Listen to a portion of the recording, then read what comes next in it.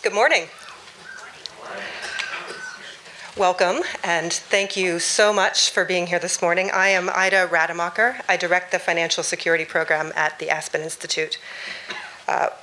We are really lucky this morning to be able to co-host this dialogue on the Illinois Secure Choice Savings Program, which is a first of its kind in the United States that, when implemented, will help over 1 million Illinoisans begin to save for retirement. And before I get started, I want to thank the folks who've been working behind the scenes to organize today's event, which I hear is a few more people than a traditional meeting of the Secure Choice Board. So it's exciting to have this conversation with all. To Damian Huron and Pam Arnold and Audrey Porter from JP Morgan Chase for letting us use these facilities, and to Kyle Turnbull and the event staff here at Chase Tower. It's been a pleasure working with you all to put this together. A special shout out to my own team for the work they've done to put together not only this conversation, but other conversations in other states that are trying to follow the lead of Illinois and solve a problem that we're not getting solved at the federal level right now by taking on the retirement challenge at the state level. So thanks to my associate director at the Financial Security Program, Jeremy Smith, also Kiesi Hansen, Pamela Hall, and David Mitchell for all the work they've done to put these together. So for those of you unfamiliar with the Aspen Institute, not a lot of background, but just so you have some perspective on this, we're a 60-plus-year-old nonprofit organization dedicated to fostering leadership based on enduring values, and really a lot of the role is to provide a nonpartisan venue and forum for dealing with critical issues. That's pretty broad, so my specific program, the Financial Security Program, we focus on connecting and convening committed leaders across the different sectors to advance solutions to America's financial security crisis. Millions of workers, families, and retirees in today's economy face chronic financial insecurity, toxic financial stress, due to ongoing fallout from the Great Recession, the foreclosure crisis, and massive structural changes in the economy. Our program takes the position that we need a new generation of financial policies and products that enable more Americans to manage their day-to-day financial lives, withstand economic shocks, and save for long-term goals like college, homeownership, and retirement. Today's dialogue focuses on saving for that last challenge, the retirement challenge.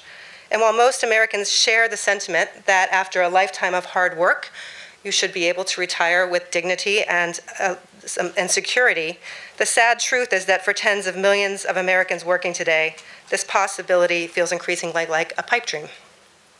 Thousands of seniors in Illinois and other states who have worked hard their entire lives face the real possibility of retiring into poverty, a condition that not only creates hardship for them and their families, but also creates unprecedented strain on public resources and thwarts economic growth. The realization of the personal and public costs of financial insecurity in retirement is what compelled leaders in Illinois to take action that our federal Congress has been unwilling to take. Last year, Illinois became the first state in the nation to pass legislation establishing a secure choice auto IRA program, which is a policy idea my program and many others have been supporting at the national level for a long time. Many in the policy community are committed to doing all that we can here and in other states to make sure that these efforts in the states, especially here in Illinois, succeed, and that we learn how they succeed and what works. We know that automatic enrollment, payment deduction retirement programs work. And in fact, most of us here in this room, it's the only way that savings for retirement is actually happening now. But not all workers enjoy access to this proven savings tool. And so we're really pleased that Illinois is leading the way to change that. But we also know that passing a law and implementing a program are two very different processes. And that there's much work to be done by the people here in this room to develop a program that will work and that will work well. So today's forum is an opportunity to roll up our sleeves and dig in to that work. We've worked closely with the staff of the Secure Choice Board to understand some of the big challenges that will need to be overcome to make the program a success. And in response, we've invited an incredibly thoughtful set of speakers who have ideas about how some of those challenges can be tackled. They will share their insights, they'll ponder your questions, will equip all of you, and I'm looking specifically at the board, equip you with some additional ideas and tools for the work ahead. We'll be joined in a few minutes by one of the world's foremost and esteemed behavioral economists, Dr. Richard Thaler, so thank you to him for coming. And after that, we have an amazing expert panel with folks from the advocacy community, from the retirement investment community, a lot of policy smarts in that panel. And prior to that, we're going to hear some things from our VIPs as well, both the treasurer and the person I'm about to introduce, Senator Biss. We know how important it is to get the details right in Illinois, not just for Illinois, but for the whole country. And we think that the Secure Choice program here can serve as a retirement policy model for anybody else looking. And that's our goal, is to help make this as good as it possibly can be. So this is all preamble. And to really kick us off, it's my pleasure to introduce Senator Daniel Biss and invite him up to the podium. He needs very little introduction, but I'll just say for you that a dear friend of the financial security program, a real advocate for all people facing financial security in this country, but especially lucky are the people in Illinois who he fought for and passed the legislation, was the sponsor of the legislation for the Illinois Secure Choice program. So thank you for your tireless efforts, and the podium is yours. Thank you. Well, thank you. Good morning. Morning. That was pretty good, actually. Thank you so much, Ida, first of all, for the kind introduction, but also for you and Jeremy and the Aspen Institute's years of work on this issue, and your role, to be honest, in educating me about this issue when I was first trying to understand if this is something I might be able to play some role in. We were fortunate in Illinois to have an extraordinary coalition of advocates and allies working to enact a law. There are many here in the room, too many for me to mention all of them, but I'll do the really dumb thing of mentioning a few and then getting in trouble later. As I see, we have Ryan Grinenfelder from AARP, and we have people from the Shriver Center, people from the Heartland Alliance, and Dory Rand from the Woodstock Institute, who are also instrumental. But I would be really remiss if I didn't give a special shout out to our extraordinary majority leader in the Illinois House, Barbara Flynn Curry, who just walked in the room and was the sponsor who carried the bill across the finish line of the Illinois House. Welcome, Barbara.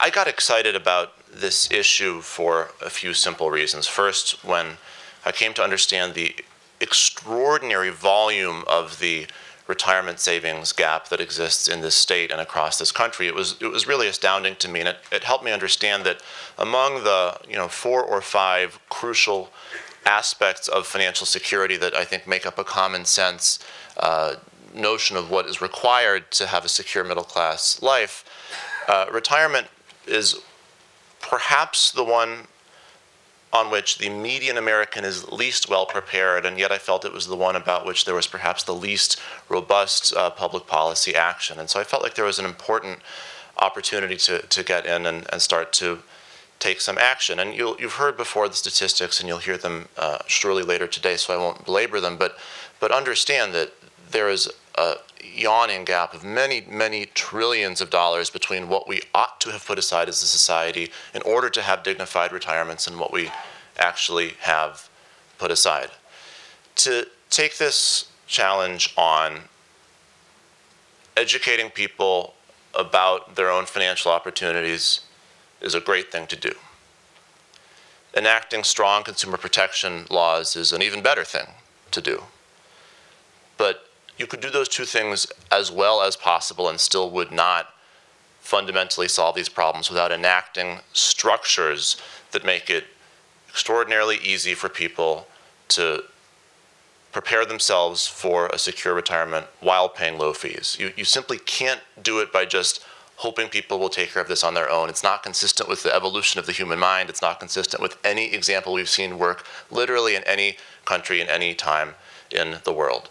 And so it's been enormously, it's been a great relief, I guess I would say, to see this debate shift over the course of the last 18 months from a question of, hey, is this a problem that requires structural reforms to resolve, to how are we going to best resolve it and where will it be resolved first. And we've seen a flowering activities across the country in a number of states with a number of different approaches and points of view. But in Illinois, we had the terrifying honor of going first, and that comes with it an extraordinary responsibility as well. I was reading a little bit this morning on my confusingly long train ride, sorry I was late, about some of the challenges that took place associated with the rollout of Social Security in the 30s and then with Medicare in the 60s. And I don't think anyone in this room needs me to remind them of the challenges that we underwent as a nation in October of 2013 and in the subsequent months in rolling out the Affordable Care Act. I think these are kind of obvious illustrations of the inevitable fact that setting up a large, nearly universal program is hard, it's complicated, it's fraught with peril. The challenge of doing it on the state level is that when you have that set of challenges before you, haven't yet actually you haven't yet cast the die. And so there's a tremendous amount on the line as we try to implement this program properly. If we find ourselves with an enormously successful program, that will inevitably have a tremendous impact on policymakers in various states across the country and certainly in Washington. I hesitate to even say out loud, but I suppose I will. If the opposite happens, if there are enormous struggles with the rollout, if there are stumbling blocks that are difficult to overcome, and it's seen as something that is risky or difficult or close to impossible, that would have a negative impact across the country on our efforts to take on this enormously important problem. And so I'm beyond appreciative that you've set up this event today to allow us not only to talk about whether we need to do something, or even to talk on a 30,000-foot policy level what needs to be done, but to talk in detail about how it's to be done, to support the work of this extraordinarily committed board in implementing the program, and to help us make sure that in Illinois this is done well, to allow Illinois to be a beacon for the rest of the country.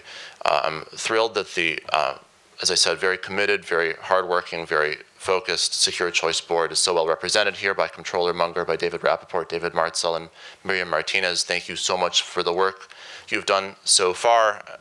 We know there's lots of work ahead, and we know that you're extraordinarily well equipped to do that successfully. My job now is to introduce the chairman of that board, Treasurer Michael Frerichs. Treasurer Frerichs was, back when the bill passed, Senator Frerichs, and I think it's fair to say that he was literally instrumental in enabling the bill to pass in one of his last acts as state senator, as treasurer-elect back in late 2014. And as someone who has a deep emotional attachment to this program, I just couldn't feel more fortunate to see not only the extraordinary gift of time, of his own time, of staff time, of investment and commitment, but also the skill and professionalism with which he has taken on this challenge and the zeal with which he approaches the responsibility of providing retirement security opportunities for over 1 million Illinois residents. So the program is in wonderful hands. We're lucky to have him here. I'm fortunate to call him my treasurer. I give you Treasurer Michael Frerichs.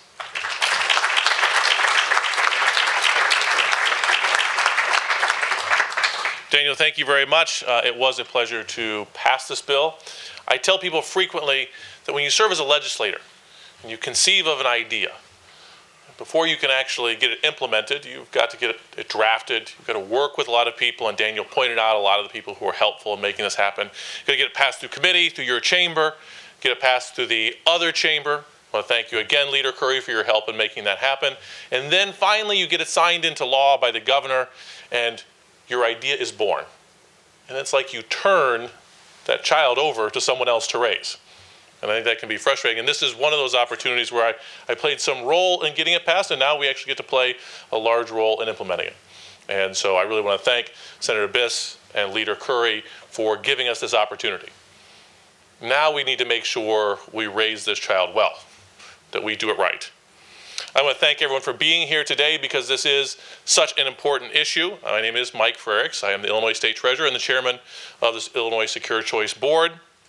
I want to thank the Aspen Institute and everyone that Daniel pointed out, is here today, and your staff are for Retirement Security Project for hosting this event on the Illinois Secure Choice Savings Program. And thank you to JP Morgan Chase for opening up this wonderful space that we're all enjoying here today.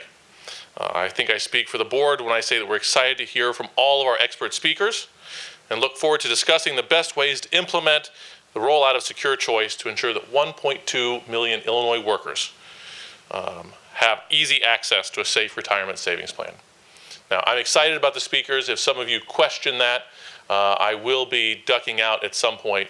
I have a friend who has a memorial service today that I'll be going to, but then we'll try and make it back for the very end. So if you wonder why I talk about how wonderful this program is and then I leave, it's because there is a conflict. So as a program background, as many of you already know, the Illinois Secure Choice Savings Program was signed into law last year as an effort to address the growing retirement crisis here in Illinois. The program requires businesses with 25 or more employees that have been doing business in the state for 2 years or longer and that don't currently offer a retirement savings program through their workplace to participate in Secure Choice. Workers will be enrolled at a default rate of 3% into a target date Roth IRA. Now, they can increase that amount, they can lower that amount, they can opt out. We don't hope so. Workers will be able to change their deductions. But this program will help 1.2 million Illinois workers begin saving for retirement through their workplace. Individual accounts will be pooled together and privately managed and invested. The accounts will be portable so workers can take the account with them if they move from one job to another. Total fees, including all investment and administrative fees, will be capped at 75 basis points. The program is intended to be self-sustaining, and any state funds used for startup costs will be recouped. As policymakers across the country realize the seriousness of the retirement savings crisis, many are looking to pass similar state programs into law. Illinois is one of a few states leading the way, and our program will hopefully serve as that model for others.